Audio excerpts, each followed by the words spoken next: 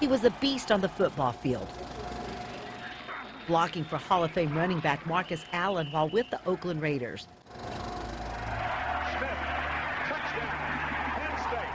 At Penn State, Steve Smith was captain on the 1986 national championship team. But the once strong fullback's body began to fail him. He was tripping and falling. He had some weakness in his hands that he noticed. 6 years after retiring from the NFL, Smith was diagnosed with ALS, a disease that attacks cells in the brain and spinal cord.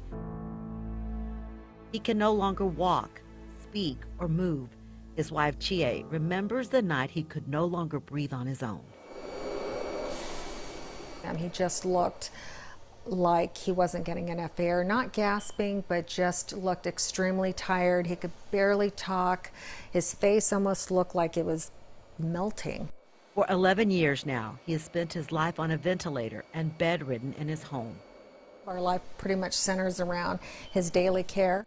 Doctors believe Smith's brain disease is a result of repeated blows and concussions to his head playing football.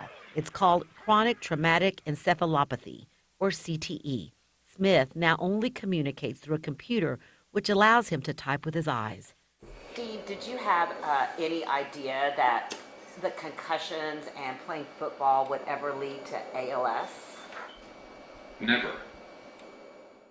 Thousands of ex-football players with CTE filed a class action lawsuit against the NFL.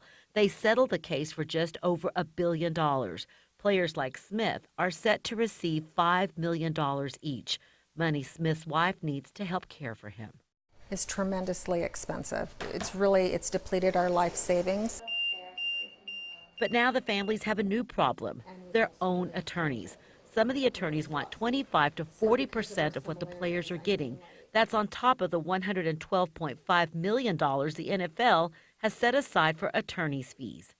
We're finally thinking this is over and done with, and now we have a new battle on our hand.